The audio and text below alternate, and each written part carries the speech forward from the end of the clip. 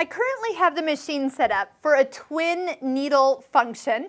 We've gone into the settings, selected twin needle. I put a 2.0 twin needle on. And so my stitches are going to look a little bit different as I show you this next technique.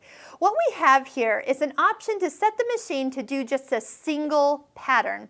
So we're in the sewing programs area. That's where the tapering program is, the patchwork program. And as I choose the single pattern, it shows me it one time. And I could go and say, you know what, I want it 3 times, and then it will sew just the pattern 3 repeats, and then it'll finish, and it's great. If I wanted to, I could set this to lock and tie off at the end with the tie off and tie on program. It is amazing what we can do with this setting. But once we have done that, let's see here, if I go into another program, I can go in, set it to do it once, or maybe 3. I don't know what the limit is. Is there a limit? Is there? Oh my goodness. There might be.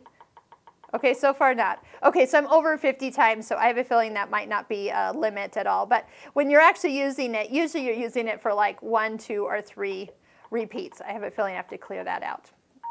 All right, let's pick a different stitch and see, yep, now we're back to normal. But that's a nice way of just having 1 repeat of 1 stitch, and there's so many times where you just want to have, like even here in the maxi stitches, where you can just say, I want 1 of those. Oh, look, and I have the set up for the twin needle. Look how pretty that would be. And then I just want it 1 time. So 1 flower, 1 time, and kind of all preset here. You know what? We should stitch this out just because we can and see what it looks like as we go ahead. I have it set to cut at the end, so we'll go ahead and just let it do its thing.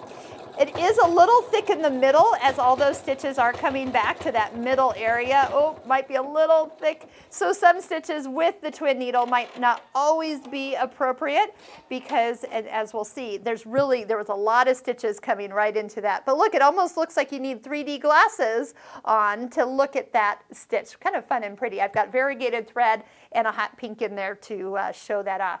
But that's how easy it is to set it for any amount of patterns you want it to repeat that many times for.